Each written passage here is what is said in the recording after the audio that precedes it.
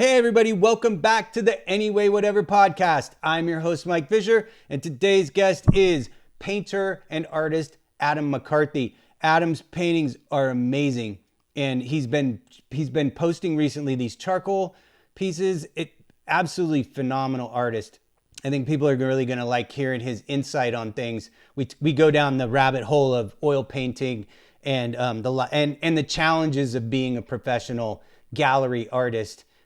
It was a really cool interview. He's a really great guy, super unbelievably talented. So I think people are going to dig that. And as always, if you are watching this on YouTube, hit the subscribe button and click the bell to make sure you get updates on all future episodes, which come out every single Wednesday. And, share, like, comment below if you have something to add to the conversation. If you are listening to this podcast, wherever it is you get your podcast content, hit subscribe and give us a review. That stuff goes a long way in helping build the show. You can find us on social media at Anyway Whatever Podcast, on Twitter at AWP_podcast. My personal Instagram is at Maximum Fluoride for my art and design, and all episodes and content related to the show can be found at www.AnywayWhateverPodcast. We now have merch and t-shirts. You can find the links to that stuff in the comments below. And yeah, there you go. Check out Adam on the other side of this.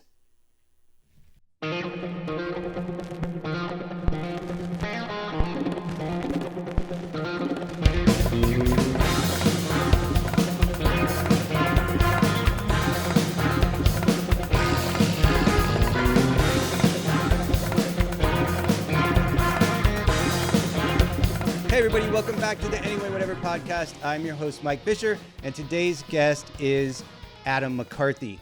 What's up, dude? How's it going, brother? I'm doing good, man. I'm doing good. It's awesome. warm. It's warm out here in the valley today. I know we were just talking, and you said you're down in Culver City, so you probably have a good 5 or 10 degrees cooler than I do. Yeah, I was up in the valley yesterday picking up some artwork from a tattoo shop up there, and it was noticeably warmer in the valley than it is here. And it's even like actually chilly at night. I'm having to wear a jacket to go outside. But wow, Culver City's right by the coast, so you get that coastal area. Yeah. My dog's vet is in Culver City, so we have to cruise down there every now. His eye doctor is down there, so we have to cruise down. Your dog has an eye doctor. He has an eye specialist because he's a basset hound and he has really bad eyes. It's a constant thing. Yeah. So anyway, Adam is a painter and designer, and he is also a musician. He's in bands, and he wanted to come on and talk a little bit about his painting stuff, and we'll get into the band stuff too. Where can people see your work right off the bat? So right now I'm doing most of my active social networking on Instagram. So that's AC_McCarthy on Instagram. And then I have a website as well. And the website is a way to organize all of the bits of artwork that I've created. And it's a sort of a one place to see everything I've done. And that is www.amccarthyfineart.com. Excellent.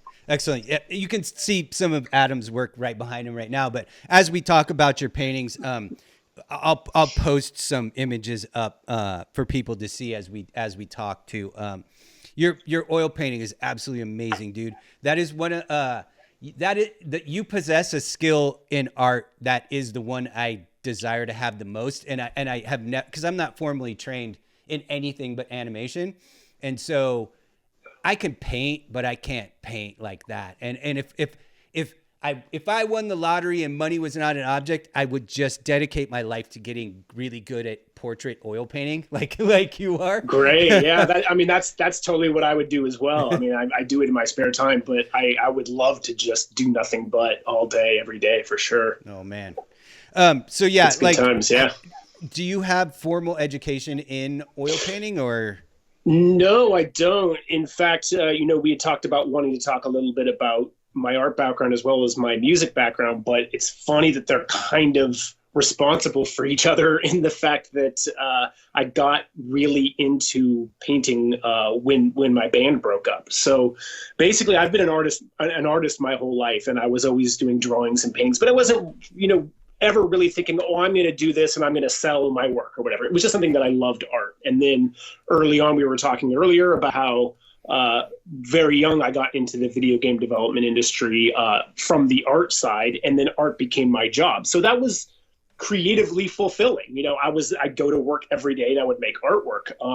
But then the longer you do that kind of thing, the more you start to crave control. And that's something you don't get when you're making art for other people for a living. So you don't have the control of what you want to paint, what you want to draw. So I had my first art director in the industry was a guy named Matt Stubbington. And Matt was from England, and his brother and one other guy were the founders of a company called Iguana Entertainment. And they're the ones that hired me into the games industry. I remember that. That was in Sunnyvale. Yeah, Iguana. And then Iguana eventually got bought out by Acclaim. But Matt was a classically trained painter in that he went to one of the most prestigious art schools in London and was an amazing oil painter at the age of 22 years old. I met him when he was 22, and then he was already just fucking brilliant. And so I picked up a little bit from him. He would, check out the stuff I was doing, but I wasn't that into it. So I did a little bit of oil painting when I was younger, but not really much. And then I pretty much just, stopped altogether. I was, had kids, and I moved to California and all that stuff. And I honestly just didn't keep it up that much. So it was around the early 2000s, I started becoming even more creatively unfulfilled at work. And that's when I decided to get into music. I was just kind of an unhappy person. My marriage wasn't going well. I had two young kids who I loved, but my marriage was not going great. And I was just not happy at work. And that's when I started saying, like, I have to do something creative outside of work that I have control of and that I, can be passionate about. And so that's when I started getting into music, and I just bought a PA. I used to play drums back in San Jose when I was younger, but I just, I wasn't really keeping up drum skills, and I was getting really into the extreme metal scene. So like black and death metal and stuff. So I just talked myself into believing that I could be a black metal singer, and I just bought a PA and started screaming, it's like, what else are you going to do? So, and just to quickly get back to the art stuff, like flash forward 15 years later, I joined that band.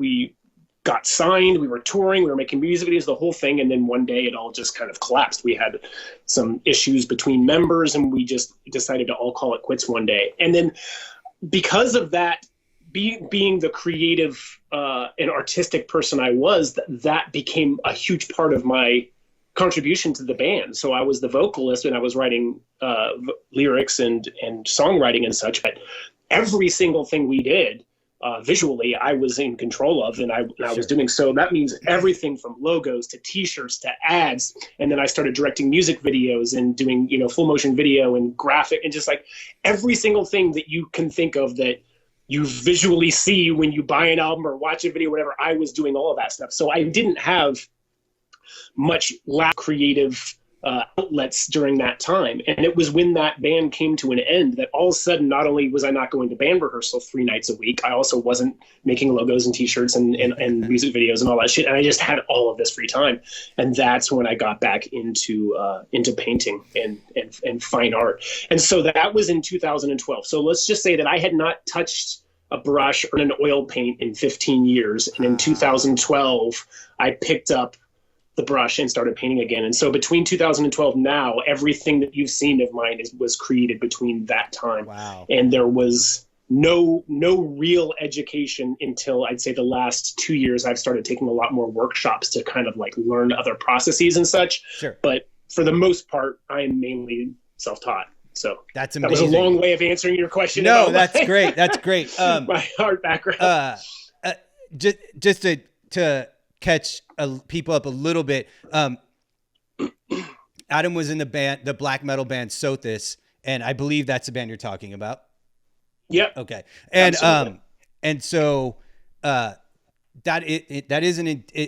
was indeed an extreme metal band. I had seen them play several times at different shows and festivals here in Los Angeles, so I was familiar. The thing that's funny when you're talking is that, and this is a thing that when me and you first became acquainted in the last year with each other through some various friends, how we didn't really know each other was super weird, and how close our stories are to each other, because that is It's almost spooky. exactly It's spooky, dude. my exact goddamn story. I started in the games industry about a year after you. The first company that I worked at, my art director was a British guy who was a master oil painter. That is crazy.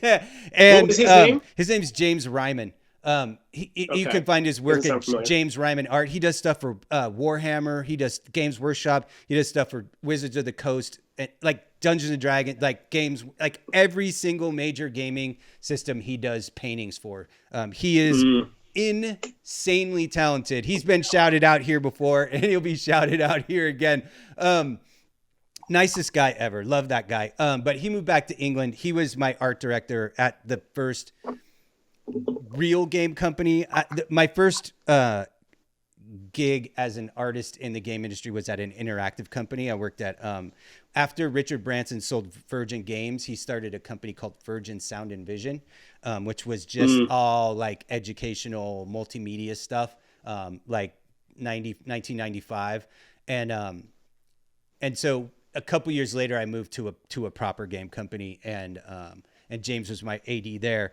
And so, yeah, I know what it's like to work under and train underneath somebody who's that good. And he was younger than me too. You know what I mean? He was 3 or 4 years younger than me. So, and then I had a similar situation with getting back into being in a band, where after me and my wife split up because my kids were getting older, and I was extremely unhappy creatively being in the game industry.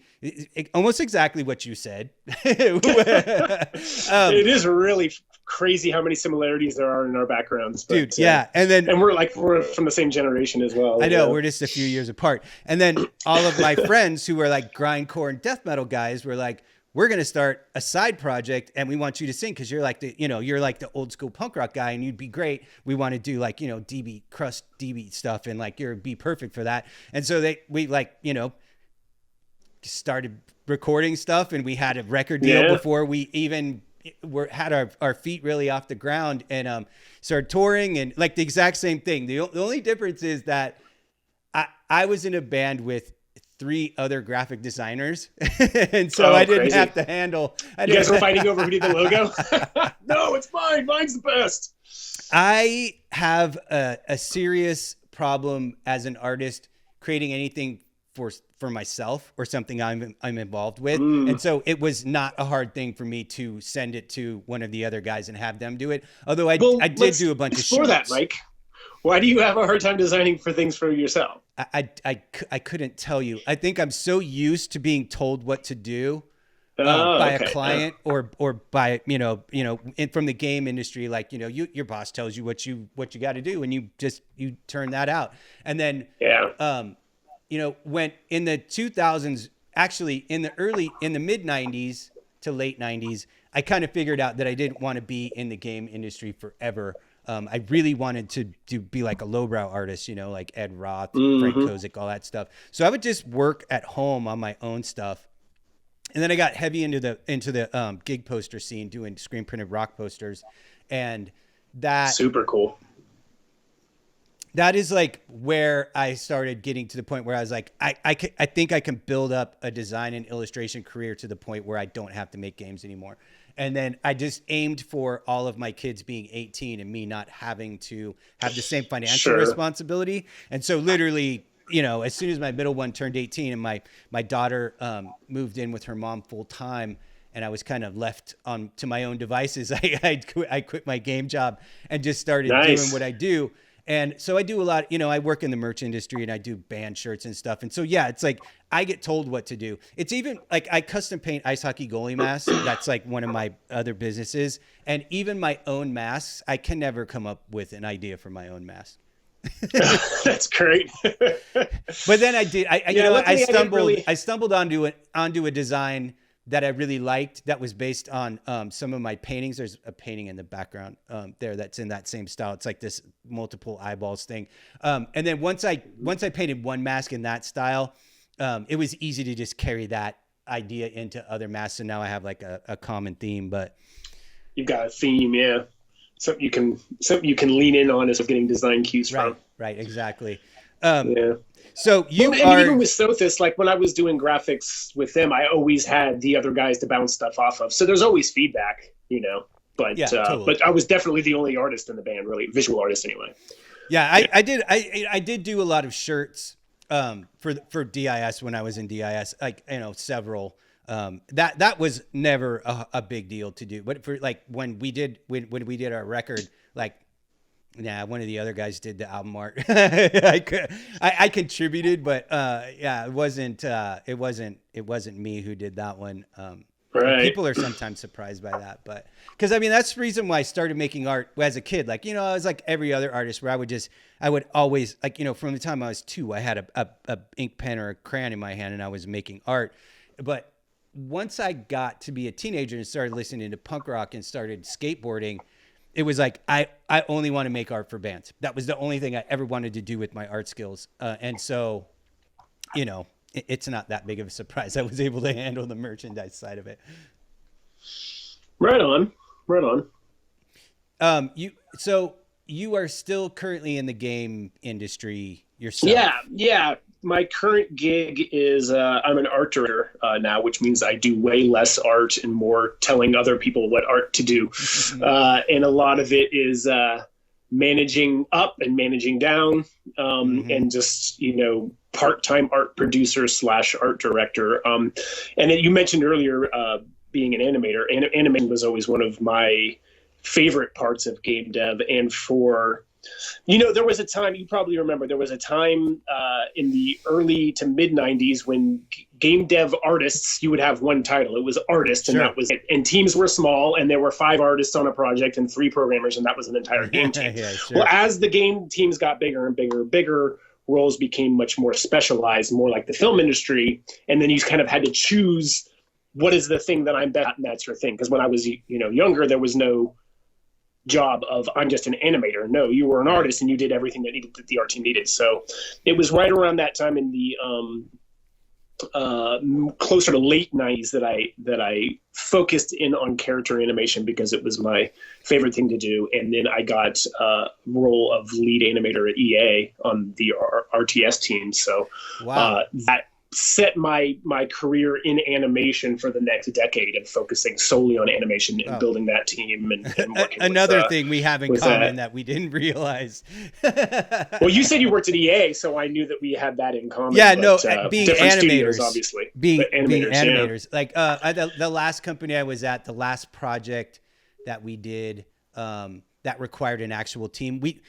It was one of those companies that was constantly, doing this. We'd staff up, we'd staff down, we'd staff up, we'd staff down. And, and so for a while there was like, 7 of us, 6 of us. And, we would and I would have to wear all the hats in the in the art team on those. But there were things like we did NHRA drag racing, and that's, one artist can totally handle that. And then we did a full multi-million-dollar project that we had to staff up for. Because I was the last man standing from the old art team, I kind of inherited the job of art director. And so I managed the entire art team. I was kind of like where you are now, where I was managing up and I was managing down. I had a team, and I had to run the whole production from the art side. And that was definitely not what I ever wanted to do with my art career, for sure. I always have to preface all of this with the fact that every single company I ever worked at, I loved working for, and I always worked with tons of amazing people. So my dislike for the game industry has nothing to do with anybody I ever worked for. And I'm still super good friends with all the guys that I worked with at the last company I was at. I was there for like 6 years. We're all still friends. We've known each other all for like 20 years. And I love those dudes. And I never want to hurt their feelings. You don't want them mad at you. Yeah, well, I just don't want to hurt them. I just don't industry for, Mike. I just don't want them to think that my bad experience in the game industry had anything to do with them. It was just not what I wanted to do with my time. And, but, and so we, the thing that I managed to cling onto as far as what I was responsible for producing was character animation. Like we housed a lot of it out. but my bosses were always really cool about like, hey, we're always going to make sure you have 2 characters per milestone to get done. So I was animating on top of doing everything else, and that kept me happy because I really do enjoy animating. It's like the only thing when I was a little kid and I was watching Saturday morning cartoons, I just became fascinated with animation and especially like, all the Will Vinton Studios stuff with California Raisins and all that claymation stuff. Like, oh yeah, loved all that stuff so much.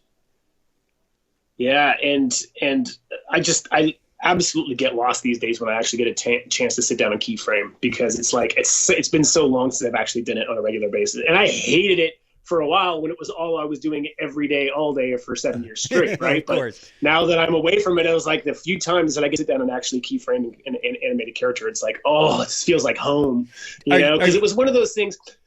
Sorry, go ahead. Are you a 3D Studio Max or a Maya artist? Yeah, I'm a Max is my background, but the last few years Maya has been what I've been animating in. But it's been a while since I've animated in Max. But if you're looking at time I've spent animating, then a vast majority has been in 3D Studio Max. But that's just, yeah. And I was using 3D Studio back when it was DOS, even before it was Mac, so all the way back to the 90s. But anyway, so what we were talking about earlier was just about like the different jobs you can have in games and having to specialize. So what led me to where I'm at now was that, yeah, I was focusing on animation, but then I became the director of animation at EA on the RTS teams. And I really got a taste for team building and communication and really influencing the culture for where you work. It's something you can't really do as a lower level artist, but when you join a leadership team and your voice can actually be heard and as far as like, how should we be treating people and how should we be assigning work out and how should we, sort of set up the culture of a studio work for, I became super interested in that.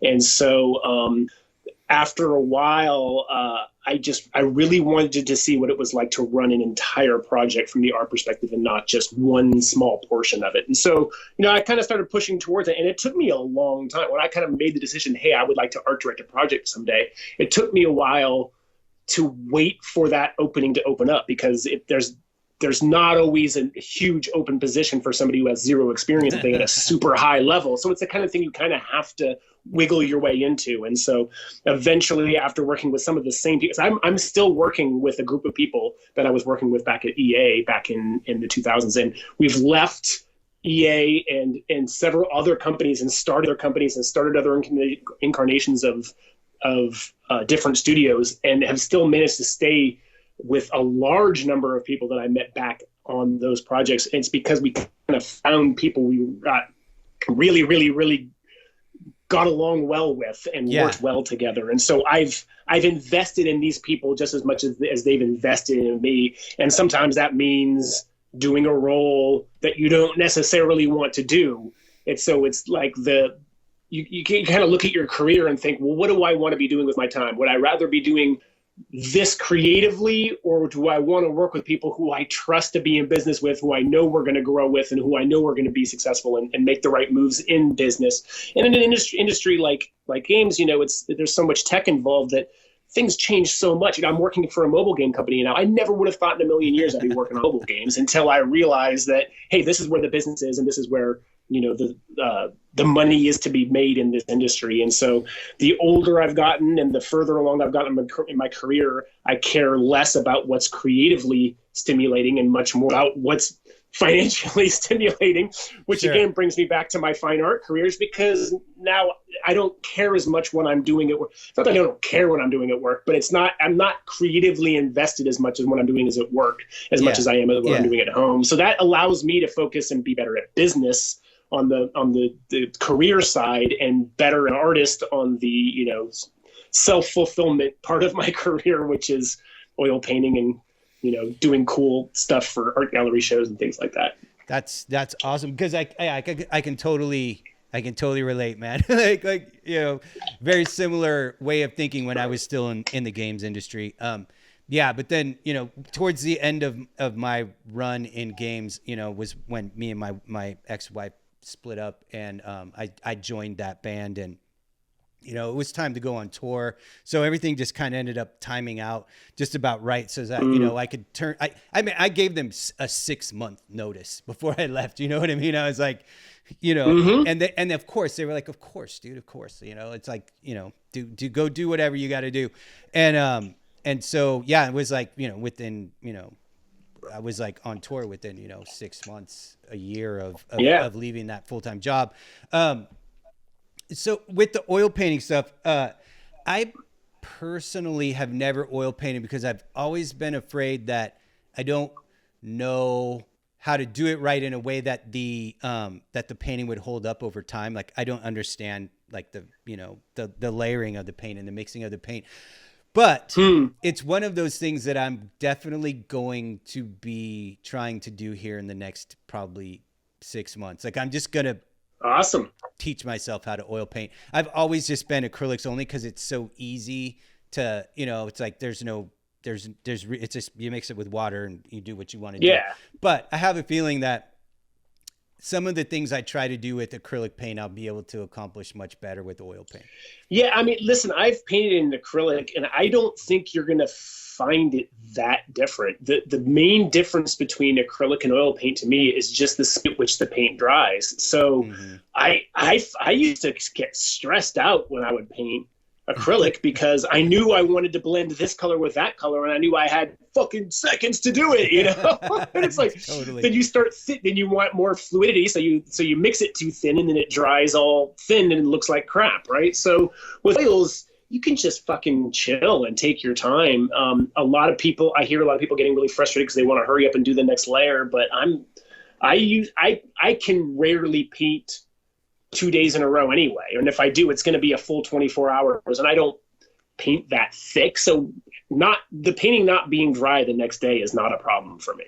Yeah. So I think what you're going to fall in love with is the amount of time you have to really blend if you're going for something that's soft and lifelike. Looking at the painting behind you, you've got these super bright, contrasty, cartoony colors, so you should stick with acrylic for that. But if you want something that's a lot more natural and soft, and there's just nothing as just breathtaking as like looking at hair hit by sunlight that you render with fucking paint, man. You look at oil paintings of masters and you're like, Jesus, how am I looking at something that's 2D? It looks like it's glowing off the canvas, and you're gonna need oil paints to get that feeling, that effect, that softness, Totally. Yeah. Yeah. Like I said, it's something I've always wanted to be able to do. And I think probably what I'm working up to is spending some time learning how to use the medium. And then once I kind of have a grasp on, because this is how I do everything, is I just start doing things, and I kind of learn on the job, so to speak. And I figure I'll learn how to use the tools. And then once I do, I'll start figuring out where I can learn how to actually render, portrait. Well, here's a suggestion. Here's a suggestion, man. And this is what I got from my old art director, Matt. He said, if you're going to learn how to oil paint, there's so many different levers that you have to learn to pull when learning anything new. So removing any one of those levers is helpful because you're not trying to do a balancing act your first time. So I highly recommend do a black and white. Sure. The first time you head out, just a value study. So you're only learning, how am I using this new medium? I would recommend going straight out of the tube and not even mixing with oil. But if you're worried about having paint that's too thick, you could just use the tiniest bit of linseed oil. There's so many different oil painting mediums on the market. And your head will explode when you start digging into what's the right one. And I was convinced there was a right answer somewhere, but there's fucking not, man.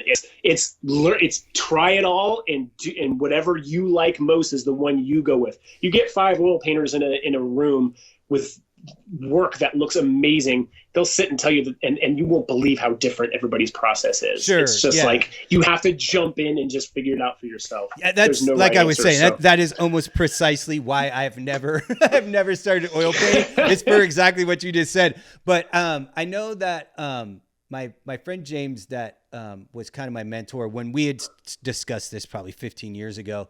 I don't know what he's doing now, but he was using terpenoid at the time because I think it dries way faster than linseed oil. Yeah. And so that's probably the route what I would paint go. Thinner. Yeah.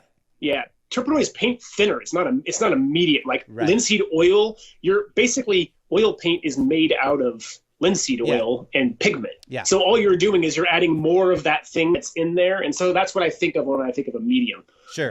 Galkid, Liquin, those are all variations of oils that you're adding into the paint to give it a different chemical property. It has a different way of binding, of drying.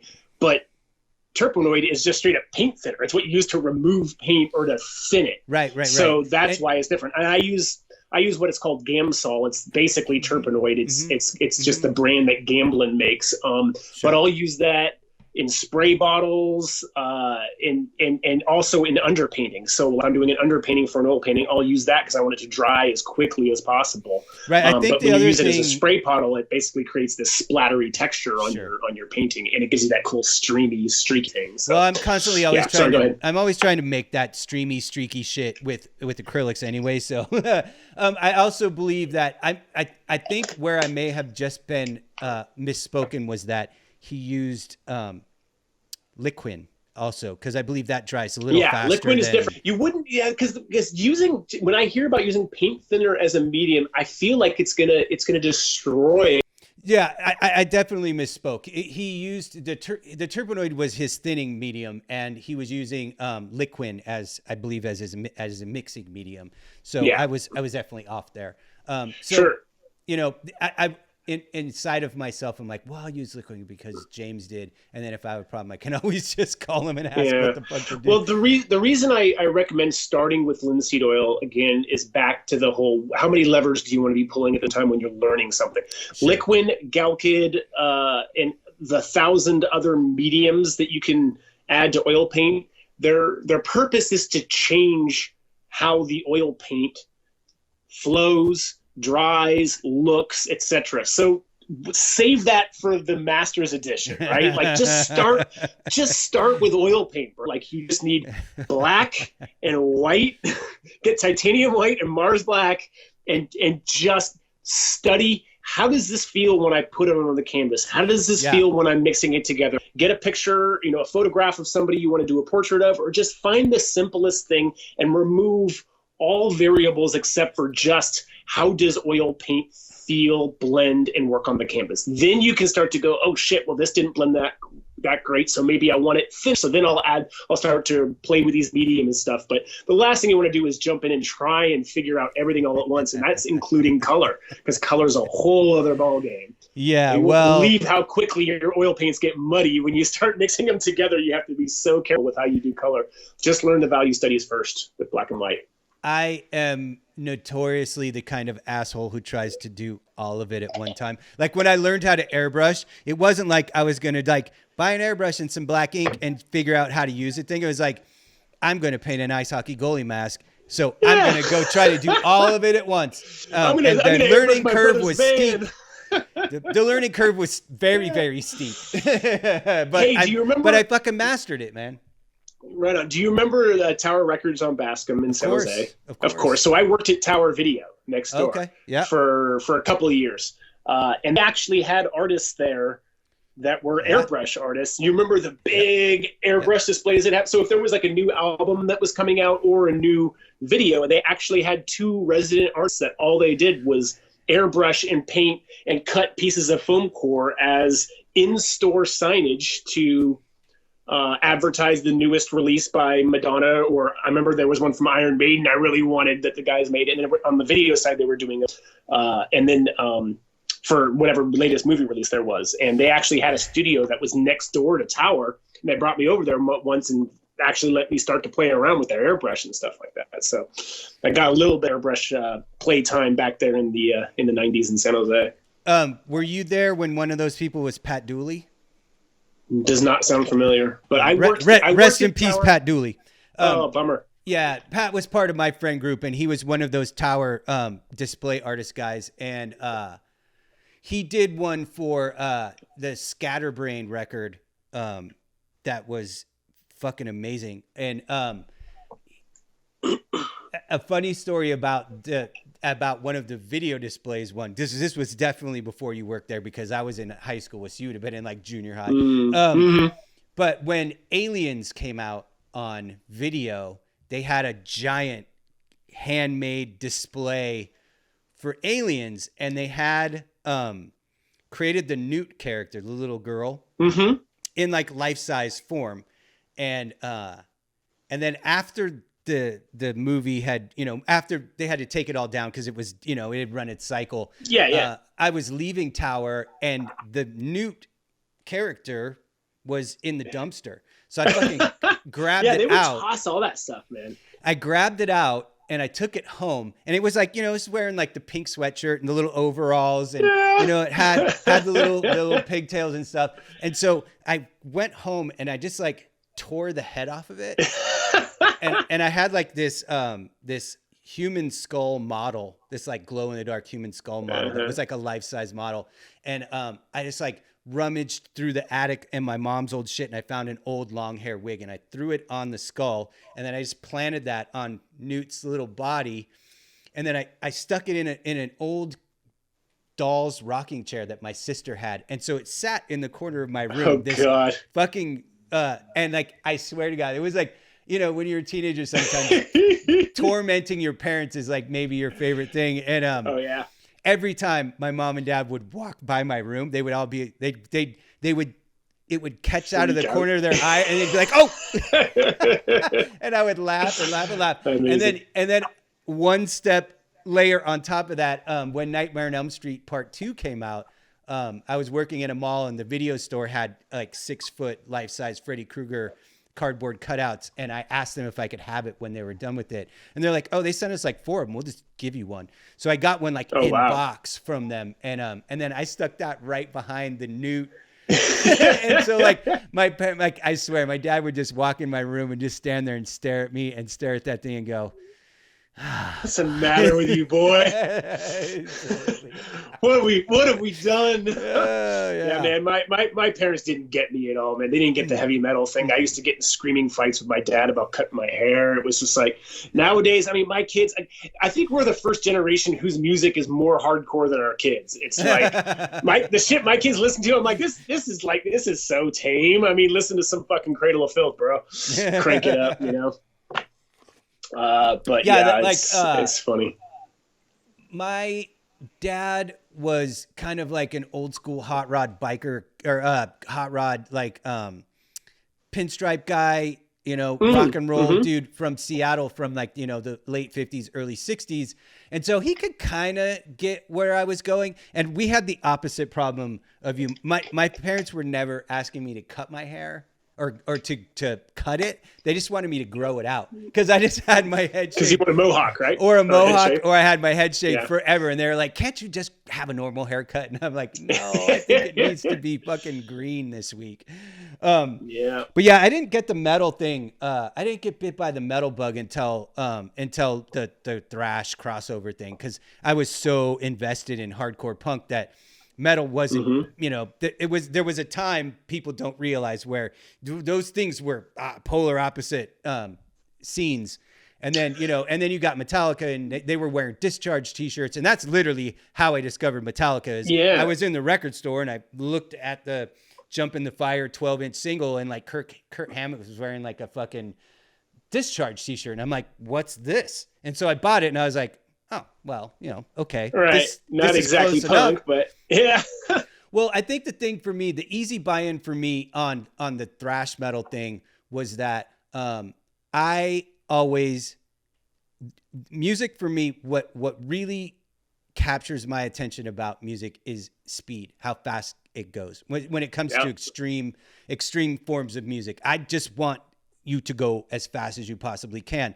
And a lot of the punk bands were slowing down. They were slowing down. And so then I put on Ride the Lightning, and Fight Fire with Fire is way faster and way more gnarly than half of the punk records coming out. And so it was super easy for me to be like, well, this is, where I'm going to go. This is where I'm going. Yeah. And then right after that, like, by 87, you started getting Carcass and Napalm Death. And I was like, Grindcore is now my thing. Like I immediately latched on to grindcore because I really like bands like Septic Death from the hardcore punk scene that were essentially grind bands before there was such a thing. And so grind is kind of it. I love death metal, and I really don't listen to too much black metal in the last decade.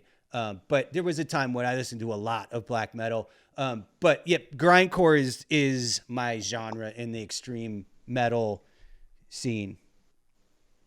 Did you lose me for a sec? For one sec, but sorry, I still got you. No, it's totally fine.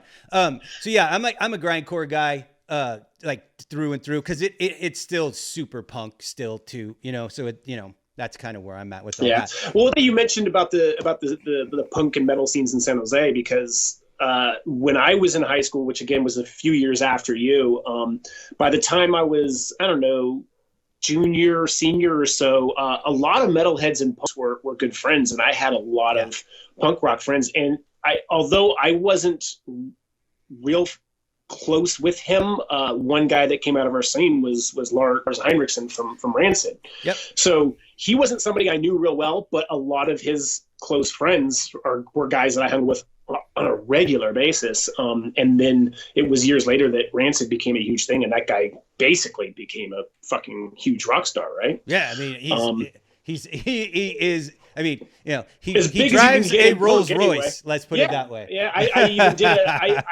I once read like a article that was like, "What's the net worth of your favorite musicians?" And he was on that list. And at one point, I know this was years ago, but he was valued at $10 million.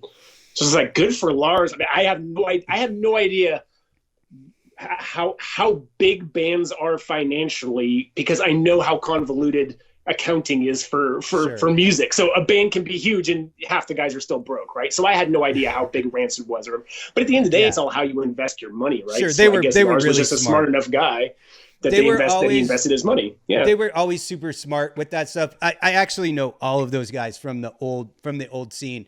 And, my old band used to play with Operation Ivy at Gilman Street all the time. And, and Lars was like, I was always like one of the young kids in the punk scene in San Jose at parties and shows. And then I became older and Lars became the young guy at all the parties and shows.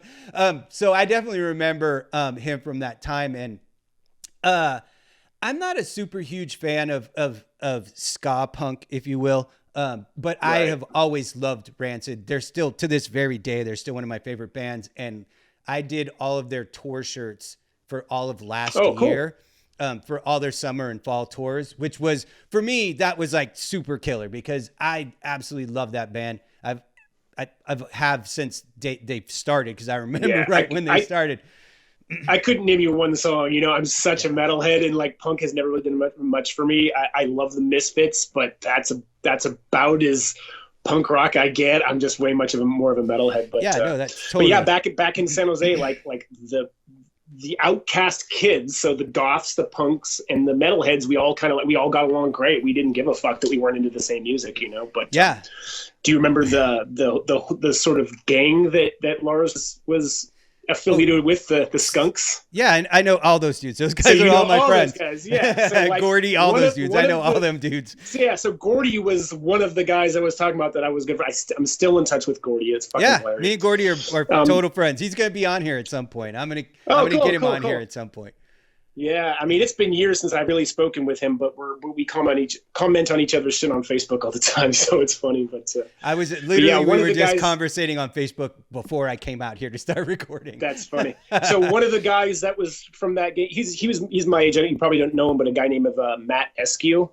He was one of the Skunks, and he's still Matt. So he's one of my best. We've been good friends since we were 10 years old. Oh wow. And we work together now. That's how crazy that our lives have been so parallel as well. Because he was punk, I was metal, but like we both became musicians. Both were like trying to manage full-time band and art careers, and we're still working on each other's projects on a regular basis. Like I'm doing animation for his pitch, and he's doing music videos for my band, and like it's just crazy, and how like creatives can stick together like that.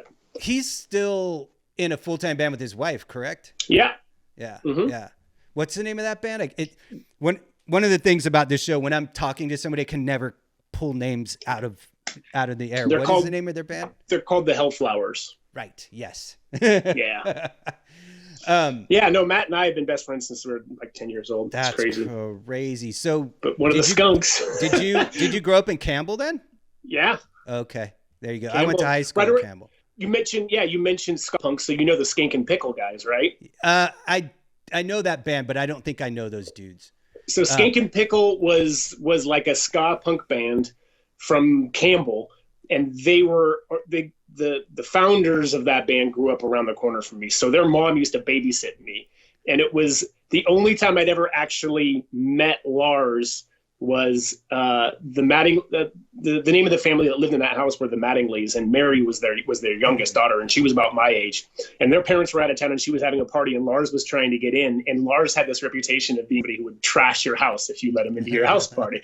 So there were like all these people trying to stop Lars from coming in, and he was like screaming at them from the front lawn, and I was like, this guy with the leopard spot head, the head that he had, his trademarked leopard spot head, and I remember seeing that guy going, oh yeah, that guy's gonna be fucking trouble if you let him in there. So like Mary was like, no, you can't come in here, but it was at the Skink and Pickle house that guy was causing trouble at. So that's hilarious. Fun little story from San Jose. It is a fucking small world, brother. Crazy, man, for sure.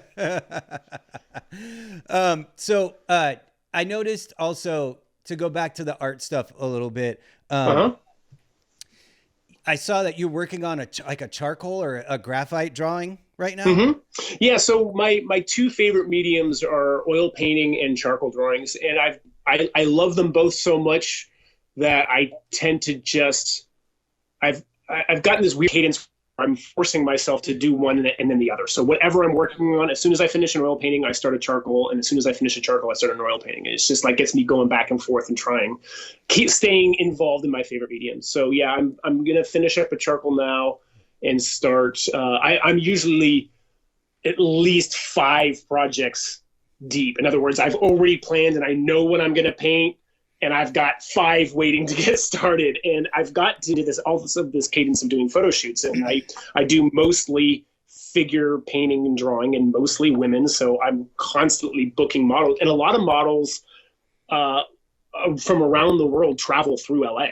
So I'll follow models on Instagram. And if I see they're going to be in the area, I book them just to do a shoot, just because I know they may not be back into the area for the next year or 2 years or whatever. So I end up having hard drive full of like back shoots that I've done and such like that. So I always have something to work on. And because of the fact that the job is the day job is taxing enough, I don't paint or draw as much as I'd like to. So projects take a little bit of time. Sure. I'm super spoiled that I, kind of work for myself as an artist now, and I can kind of do whatever I want. Although I have to pay my bills. So I definitely, and that was what the goalie mask business was. It was a way to stay constantly making money.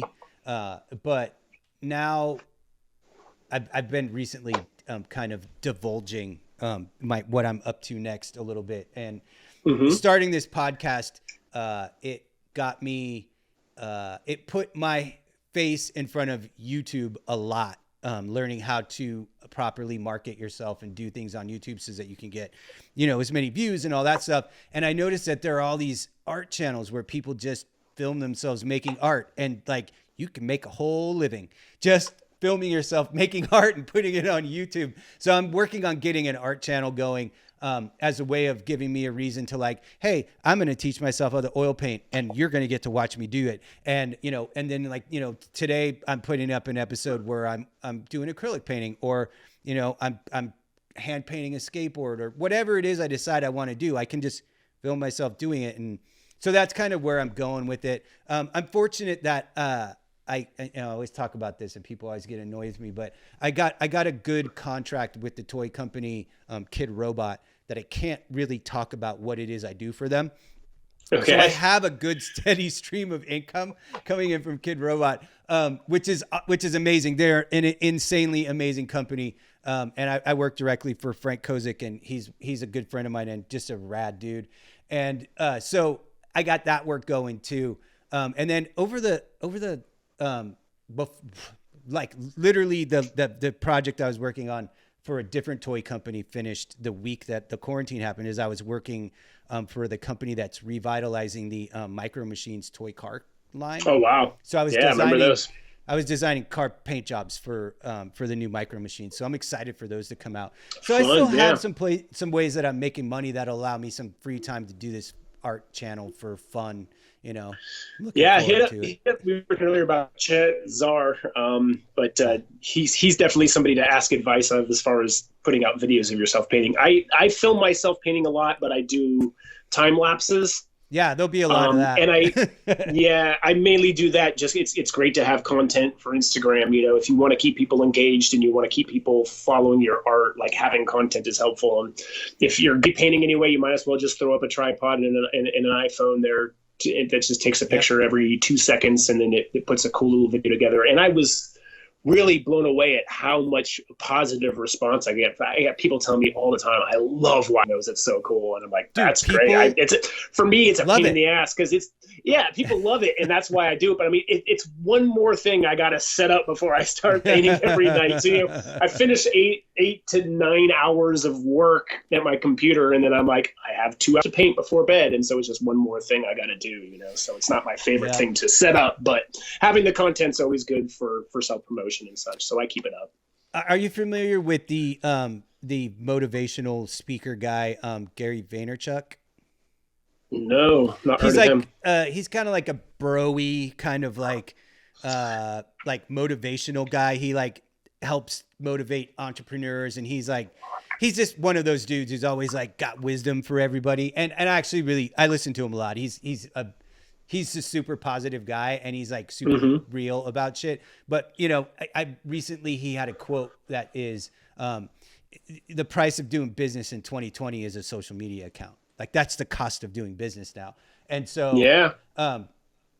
you have to. I was talking to another guest about that. You just have to have a social media account now, whether you like it or not, and whether or not you actually invest too much time spending time on social media, you still have to post content. I mean, you can't compete with all these younger people who are just getting in. It's like I watch some of these YouTube channels, and these kids, like some of these kids aren't particularly good, and they'll have like 2-3 million views on some video that they made of some piece of art that's like not good. Man, the first time I started to realize how sort of ridiculous and new social media in business can work is I have a buddy I work with that told me that he has these young daughters, and he saw them watching all these YouTube videos. And the first time he told me that there are like kids who make millions of dollars a year on YouTube channels. And he told me there was one where, I mean, it's obviously the parents that are making the money, but there was one where this kid had something like 10 million followers and just post videos of him playing with toys. So basically it's like if there's a new toy from Hasbro, the parent buys it for him, and then the whole video is the kid playing with the toy, and kids watch that to find the toy they want to buy. And it turns out that he's like, oh yeah, some of these kids make like $10 million a year doing this. I was like, he's like play testing. That's awesome. Oh, what am I? The decisions I've made in my life. How do I make a decision that gets me making $10 million a year filming my child play with a toy? You are on it. Ugh. People, like, that's the thing with the art channel stuff is the people who are actually really, really talented and really good, they do very well. Like your painting stuff, you're so good that on top of having content, you have really amazing content. And I think that, but you have a full-time job. And running a YouTube channel is a full-time job. Yeah, listen, if this is all I was doing, I would be more excited about investing time into the social media that it takes. And I do spend a lot of time now investing in social media, but it makes me cranky that I have to because literally I have to choose how much time am I painting and how much time am I promoting myself. It's like if I didn't have the day job, that wouldn't be as big of an issue. I'd be glad to put the brush down and sit down at the computer for a while and social media interact with other people. But the fact that I have so little free time outside of the career, it makes me fucking cranky because I'd rather be painting and doing the thing that I love. you know, so maybe someday I'll get to the point where I'll quit the day job and I'll paint for a living. But, you know, it'd be really hard to make as much money doing that as I do at you know. Oh yeah, of course. Managing an art team. So unless you are Chet Zar, and then at that point it's something different. Yeah. And he has invested in that career, dude. That's for sure. Yeah, for a long time too. He deserves every single thing. Every single thing he gets, he deserves. His paintings are amazing. Where do you, I always talk about my little cheat sheet that I ask people questions, and you'd said you'd been getting more action in galleries and stuff like that. Yeah. Where has your work been getting up? So by far the gallery that I've had the most success with is a gallery called Copro Gallery. Yeah. And that's in Santa Monica. And that's where I met Chet, and that I was actually introduced to Gary Pressman is the name of the curator of that museum, that gallery. And Erica Miller is also another one of the curators there. And I was introduced to them by an artist named Lee Shamel. And Lee does a lot of these really amazing big sculptures. And I was introduced to him by my friend Matthew, who is the guitar player for Skinny Puppy, who I met through an ex-girlfriend of mine. So like, it's all these musicians and artists are always introducing each other. So Lee got me into that gallery. And it took me a while till I got to the point where I actually sold something. But the last few pieces that I've put in Copro have sold. So it's all about building a relationship with the gallery.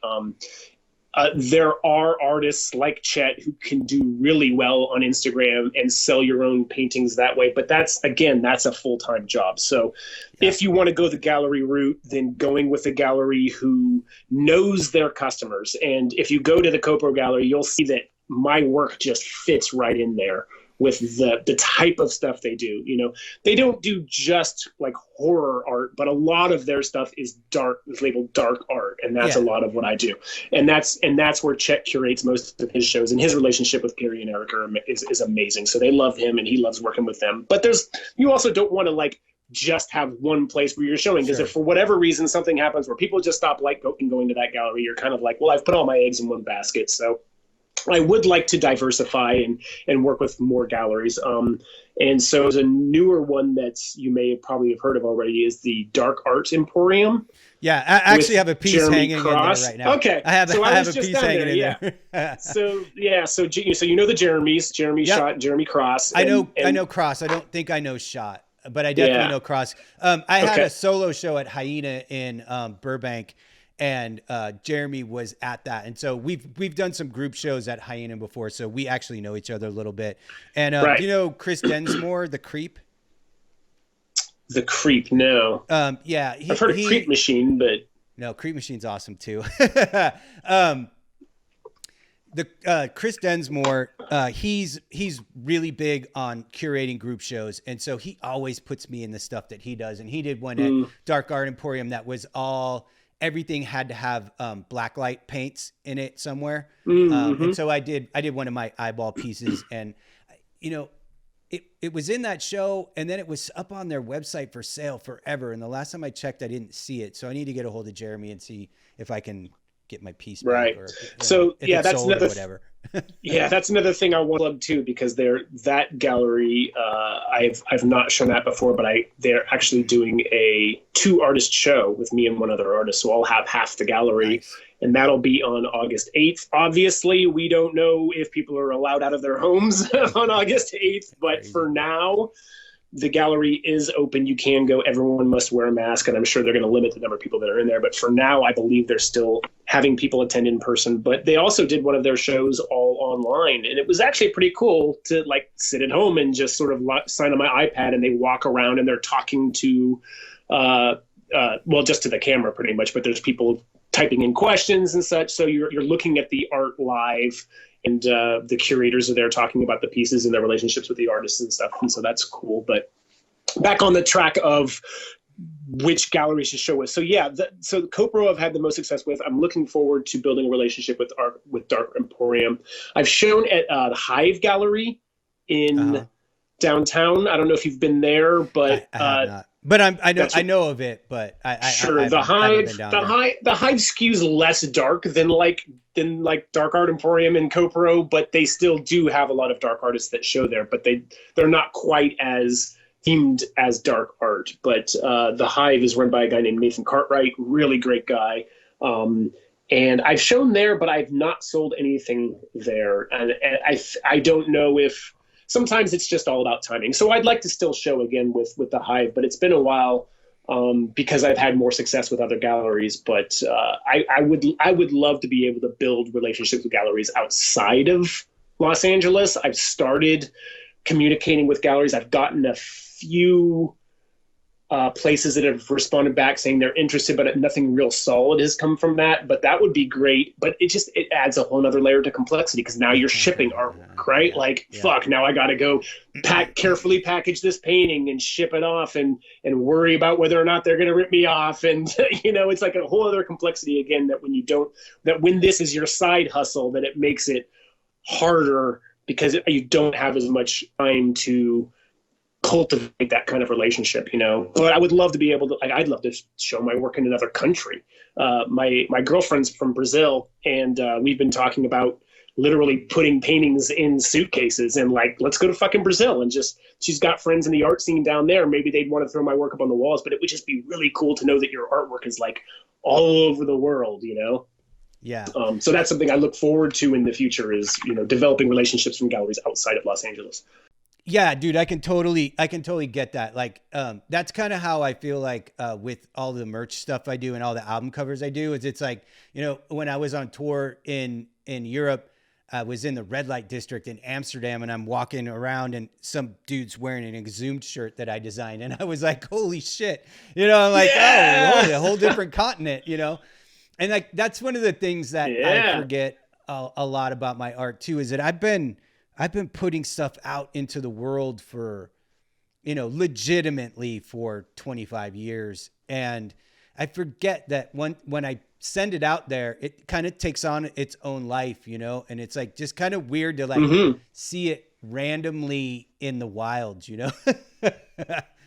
Yeah. But yeah, with paintings, it's a little bit different because it's you're a gallery painter. And so being able to see your work, I have been fortunate to have my work in a lot of galleries and a lot of different shows over the years, which my work does not warrant that at all. But I've been able to be in the right place in the right time and know the right people a lot of the times. But, it's the one gallery, to go back to Copro a little bit in the 90s, they were big time lowbrow gallery. And I always wanted to get work in Copro, back when it was it was Todd Shore and, Robert Williams and all those dudes were showing big time in that gallery. And that's kind of always where my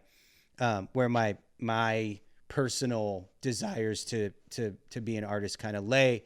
And to that end, I think the holy grail for me is to get something in Le Luz at some point in my life. Oh yeah. And I've been turned down by them. Yeah, I've never even tried. I've never even tried. I've been turned down by some of the best galleries in the world. I think that's a common. That's a common fucking problem a lot of us have. Yeah. Well, the issue I have with La Luz is just that they tend to have group shows with very strict rules of sizing and theming and such, and it's I like to paint fucking big, and I'm going to take half your wall with one of my paintings. So if they just want more smaller paintings, then I'm probably never going to fit in there. But I'll probably still poke at them a little bit. Yeah.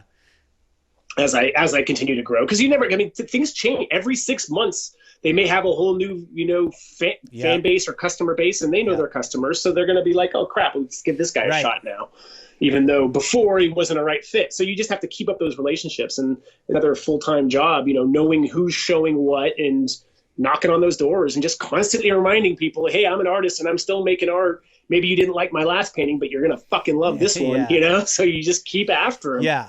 So you just have to keep it up. It's just a full-time hustle. Yeah, and my problem is that, the fact that I don't have a day gig, I constantly have to be making money. And so I don't invest as much time in painting as I should, just because selling a painting that's like the rarest of rare things for me, ways that I could make money. I did pretty well in the early 2010s, right when I left my full-time gig, I started painting a lot, and I was very lucky that I got a couple patrons. A guy in Australia, shout out Darren Scuba, would just buy my paintings nonstop, and to the point where even when I had my group show or my solo show at Hyena, he just got a hold of me, you know, as I was working on it. He was just like, anything that doesn't sell in that show, just let me know, and I'll just buy it. And so he bought up a bunch That's of my awesome. shit. And so tell me a little bit about the shows you did at Hyena. I've never shown there, but I know who they are. I've been there, but I've never really reached out shout to out to Bill Schaefer. Bill Schaefer runs Hyena. He's a super cool dude, and just an amazing supporter of offbeat artwork. So for sure. His big thing was always like 2 shows a month. You know, he would always do 2 shows a month. They're up for 2 weeks, and then he's on to the next show. And you know, it's not a large space, so he has a lot of work that has permanent space while it's there, sells. And then the back 3 walls of the place have art up on them for the gallery for the shows. And you know, it's always themed. And you know, I stumbled upon that place one time. Like a friend of mine was going there to drop something off, and I was like, dude, this place is totally up my alley. You know, they're selling actual John Wayne Gacy paintings, you know, real John Wayne Gacy paintings. Oh, wow. And and so I asked, you know, I started talking to Bill, and I was like, you know, what's the deal? I'm a painter. And he's like, oh, well, we do these, you know, group shows. We have one coming up in a week that is all about combat sports, boxing, MMA, stuff like that. And I was like, well, I'm a total boxing fanatic. I would love to, you know, get a piece. And he's like, well, if you can get something done in time, go for it. And so I did a painting of John Sullivan, the old turn of the century boxer, and it fucking sold. You know, it sold like right away. And he was like, well, shit, dude, you know, you sold your first show in my gallery. I want you to start doing more stuff. And so I started getting into. That's great. They have a really killer community there where they do like painting night, where everybody would just bring their easels and paints down, set up, and like paint for like 3 hours, and like people could come in, and you know, it was like a whole thing. And so, and then I did my solo show there, and you know, the whole thing about my career as an artist, and I've kind of mentioned it before on the show, is that at some point I kind of gave up the idea I was going to be really, really well known and really, really good at one thing. Like I'm not going to be Andy Warhol or somebody like that who's got that thing. I'm going to trade that in for being pretty good at a lot of things. And so my solo show was paintings, skateboards that I designed for skateboard companies, rock posters, all the different things that I do as a creative person. And so it was very different for a solo show. It wasn't like it was just a bunch of paintings I did. And that was at Hyena. Yeah. And then like literally right after that, I realized that I needed to find something I could do that was a regular freelance gig. And that's kind of when I had to decide, either you're going to learn how to tattoo so you can get a job as a tattoo artist, or you're going to have to learn something else. And I decided to start airbrushing and doing the goalie mask thing. So yeah, that's the deal with Hyena. Great people, great community of artists and fans that are really, really hardcore regulars there. I haven't talked to Bill in a little while, and I don't know what's going on with the quarantine and how he's managing things, but he's a good dude. He's a really good dude. And I guarantee you, I guess the only problem I could foresee with you there is it's a small space, and I don't know how many pieces you could fit in. Yeah, that's what I was going to say about showing at his galleries. When I've only actually been in there once, and I remember going in there just thinking, God, there's just not much wall space here, and everything kind of crammed together, and they're all a lot of small pieces. So I'd be into it maybe, you know, if I got a smaller piece or something like that. But you know, I just keep wanting to paint bigger and bigger. I love painting big, and it's just such a striking thing to see a painting that's huge in your face. You know, it just has such a physical presence that's how I want to create. I have a painting. I have a friend of mine who was like, dude, you need to paint something really big. And shout out Johan Johansson. And I was like, yeah, that sounds fun. And so I started this massive, like, 6x4 fucking painting, and I got like 70% of the way through it, and I have not touched it in like 7 years, and it's just sitting in our spare room being annoying. And I don't know, maybe I'll try to finish it for my new art channel, but I love painting big. But man, it just there's only so much space anywhere on earth for a Well, what's become super annoying for me is that I don't have a vehicle to move shit around that's that big. So every time I have to take something like this to the framer or to have it photographed, because I can't fucking photographing art is hard, especially oil paintings. So like every time you have to move something like this, I got to borrow my ex-wife's van, which means I got to drive to her place, leave my car, pick it up, drive to get the piece, take it to where it's going, and then do it all again later when it's done with the framers or it's done with the photography, and then the gallery wants it. So it's all over again. It's like, fuck, I just got to buy a van or something. But it's like, I don't want to park this thing on the street. It's only what I use for when I'm hauling paintings around. But man, it's a whole other problem to solve when you're painting that big totally. Too. Is there a place down near you in Culver City where you get your paintings photographed? There was a place I used to take my stuff in Highland Park that was fucking killer, but I can't remember the name of it. There's just a surprisingly low number of in Los Angeles. I would have thought there would have been more, but I know. But the guy I'm using now is actually was recommended to me by and it's just a dude that does it in his garage, and his name is Larry Underhill. And I don't even know if he's even listed, so I don't know if giving him a shout out helps him, but I think he's probably just word of mouth kind of thing. But he's an older guy, and he used to shoot paintings for art books and things like that, so he knows all the know-how of how to do it. But I believe the largest he can capture is 48 inches. Luckily, everything I've painted since I've met him has been exactly 48 inches, so I've only had a few paintings that have been larger than that. But there's another guy that his name is Ed Glendenning, and he shoots for a printer downtown, and that's just a little bit further away than Larry. So for me, it's just convenience of how close the places are. And then my third option was there's a place in Alhambra, which I don't know if you know where that is, but it's way out east. And they're called, and I would love to give them a shout out because they do amazing work. They're called J6 Creative, and that's where I get all of my prints done from them. They do G-clay printing on canvas, and just breathtaking work. It's the closest I've seen to how an oil painting really looks printed, and they print on canvas so it looks like an oil painting after it's been printed. Awesome. And they do such amazing work. And they also do capture. But again, the problem is getting it out to them. So their hours are like 9 to 5, Monday through Friday, which is exactly when I'm at work every day. So it's like I would have to take a day off just to drive it out there, drop it off, and then take another day off, or not a full day, but like a half day off, literally, because it's a good 40-minute drive out of town. And you've got to do it 4 ways, right? You drive it out there, you come back, you go pick it up, and you bring it back. So I'd rather go with someplace that's closer for the capture stuff. But they do such amazing work. Yeah, But that's a whole other component, photographing your work, because there's a lot of people who want your prints, and you don't want to tell anybody no if they want to own a piece of your artwork, right? So you want to make sure that it's photographed as good as possible and printed as high quality as possible. Yeah, I'll have to check out that place in Alhambra. That sounds awesome.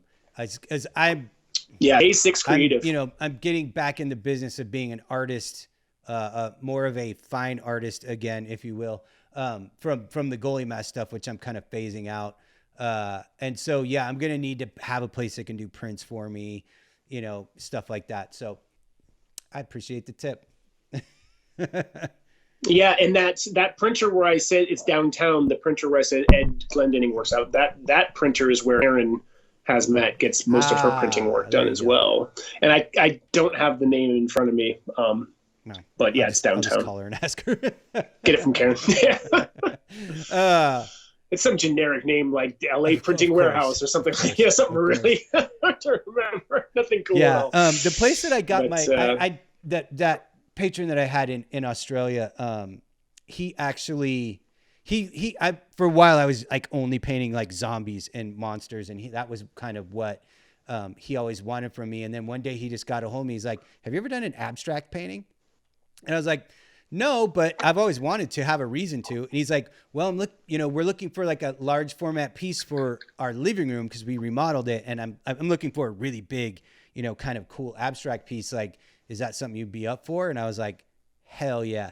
And so I went down this little abstract art pathway for a little while. And, I had to have this massive painting photograph because it turned out really cool. And I wasn't going to let it out of my sight to Australia, never to be seen again. So I found this place in Highland Park. And then I just took it off of the stretchers and rolled it up, put it in a tube and sent it to Australia. But then... Yeah, I was going to ask, how the hell did you get it out there? Just rolled it up and put it in a tube. It was awesome. And then that turned into another San Jose musician from the punk scene, Adam Siegel, who is actually a guest on this show, who was in the Faction. And me and him actually ended up talking about Lars a little bit too.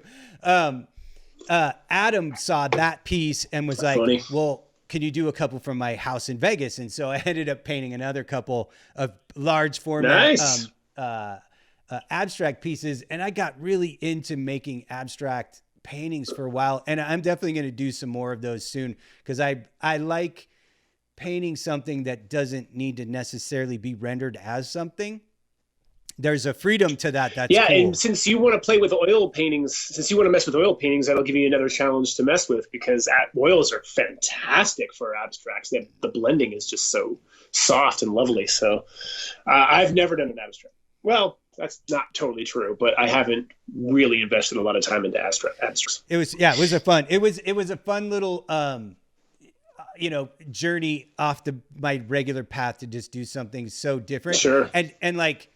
And it was shocking to be able to sell pieces for like 5 times what my normal paintings would sell for, and be able to sell pretty much every single one I did. I only have one left that I didn't sell, and I keep it. And I keep it. It hangs in my studio because it's one of my favorite paintings I've ever done. And I'll pop a little picture of it on. Sorry.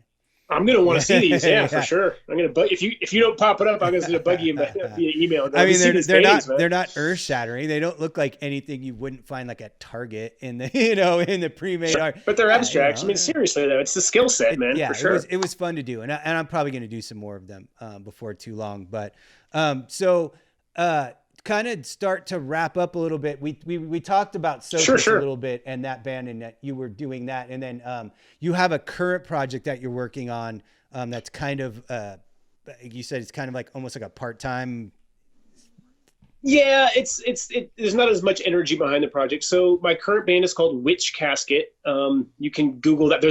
It's funny because we got witchcasket.com and we got the Witch Casket Facebook page, but something like 6 months after that, there's a company in England that started called Witch Casket, and they're like it's like kind of like imagine where goths would go to buy their candles and incense, right? So there's this company in England called Witch Casket, and you can order a witch casket, and it comes in this little coffin box, right? And you get incense and candles and all that shit. So now when you Google Witch Casket, instead of my band, you usually see the incense. So it's fucking annoying because it took us forever to pick that name, and it's so annoying that they came out right after we did as well. But anyway, that's neither here nor there. Anyway, it's not too far off from Sophus. It's still extreme metal. Is it more death metal or is it more black metal?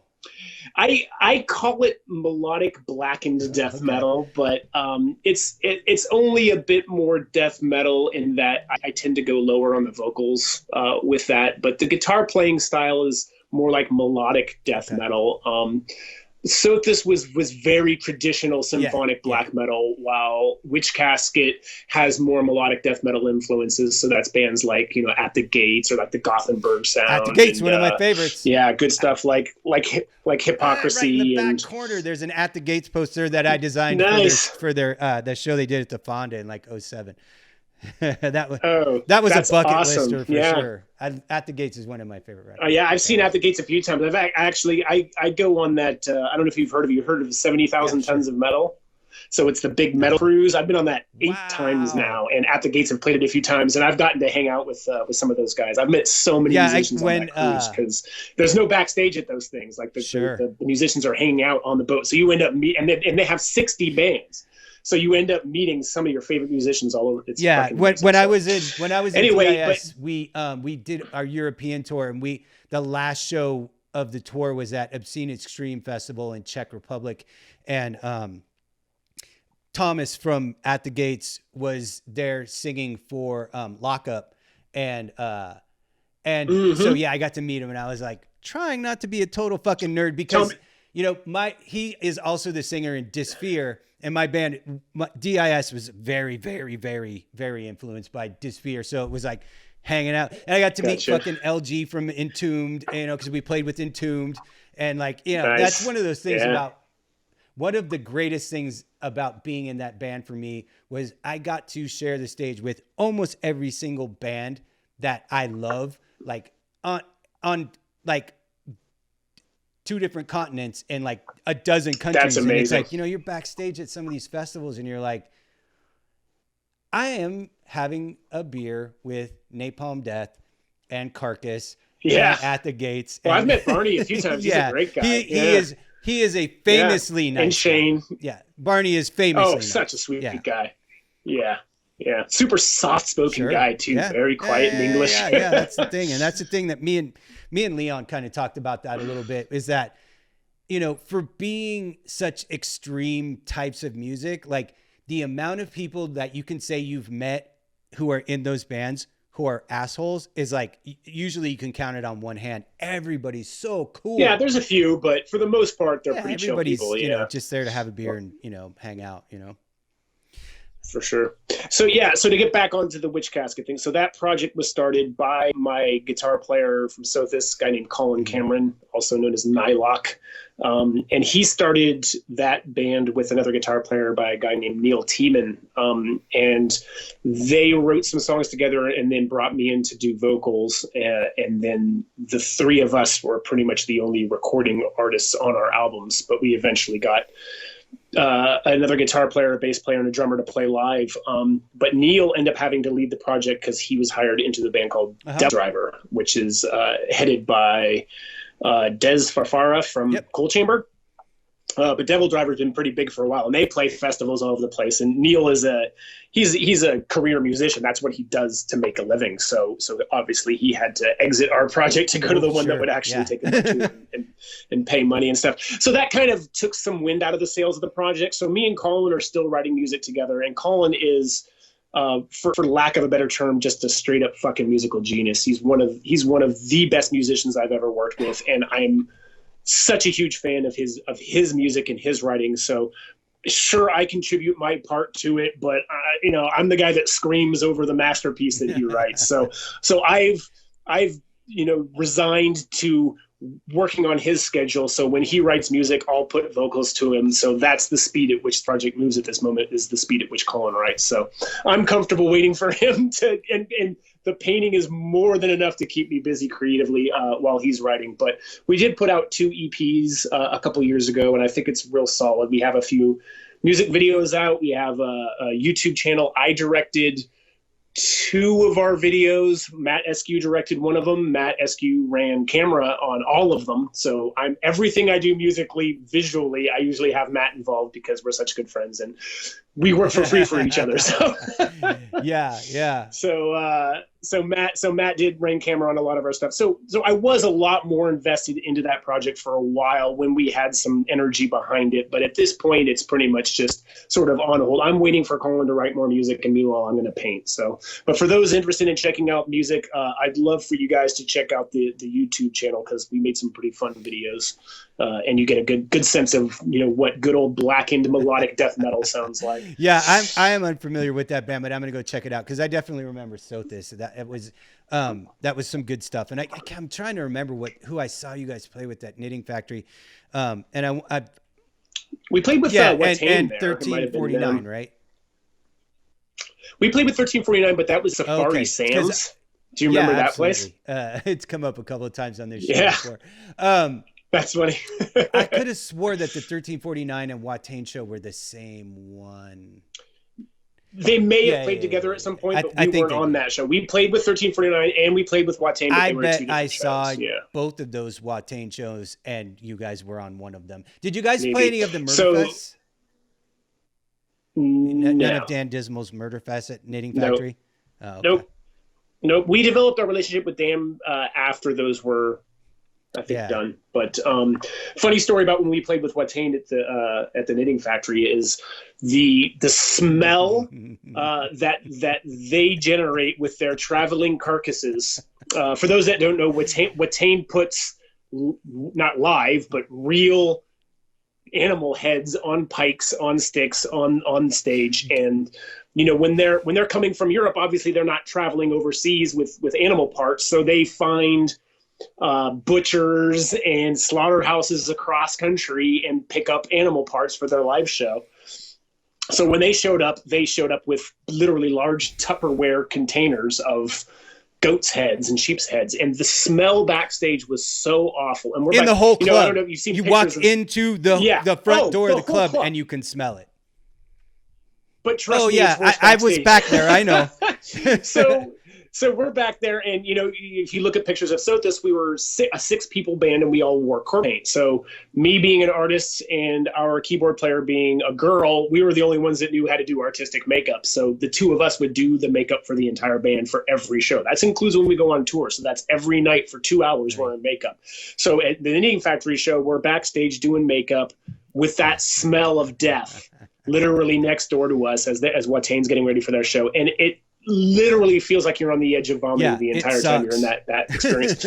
So the funny thing is that after that, and Dan was pissed because they didn't clean shit up. There was literally like dead, decaying blood splattered all over the backstage of the room, and Dan and his crew had to clean it up afterwards, and they didn't really treat the place very respectfully. But the funny part of the story is that we had played the Knitting Factory after that, and there's this mental connection of memory that is triggered by smell that every time I would be backstage, I could ghost smell that decaying, horrible stench, because just being in the presence of that space just brought back that memory of that stench. So as hardcore as those guys are, man, you do not sign me up for that shit. That's just too hardcore for me. That's disgusting. It was one of those shows where and on top of that, they have the venue turn on all the heating, and so it gets like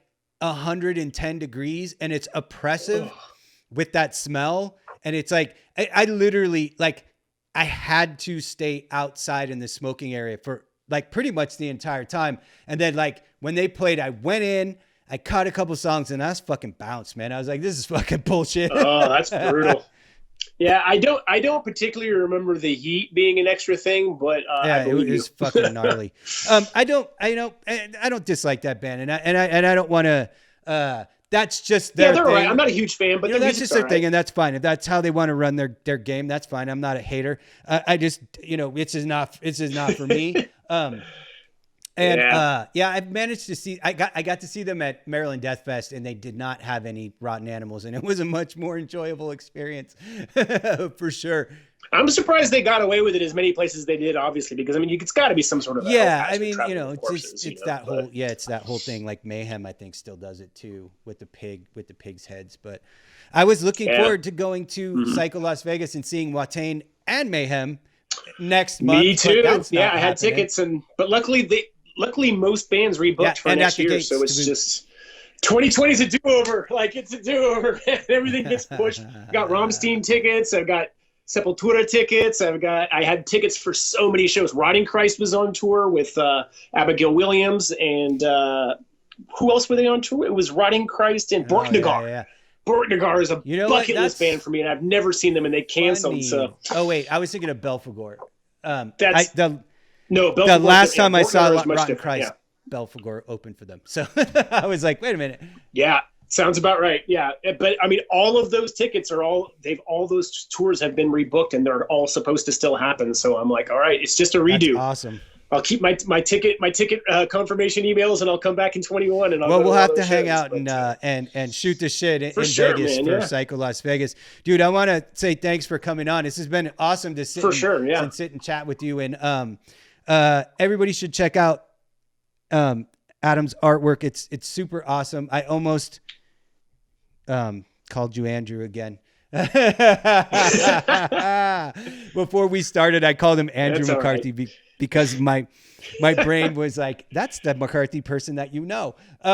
So that's our little inside joke. But yeah, it was super cool to have you on, dude. I appreciate it. And we'll stay in touch about art stuff because I'm sure I'm going to start picking your brain about oil painting stuff sometime before too long. I love talking about art, man. So please do not hesitate ever to ask me any questions, man. I love talking about it. Thanks for coming on.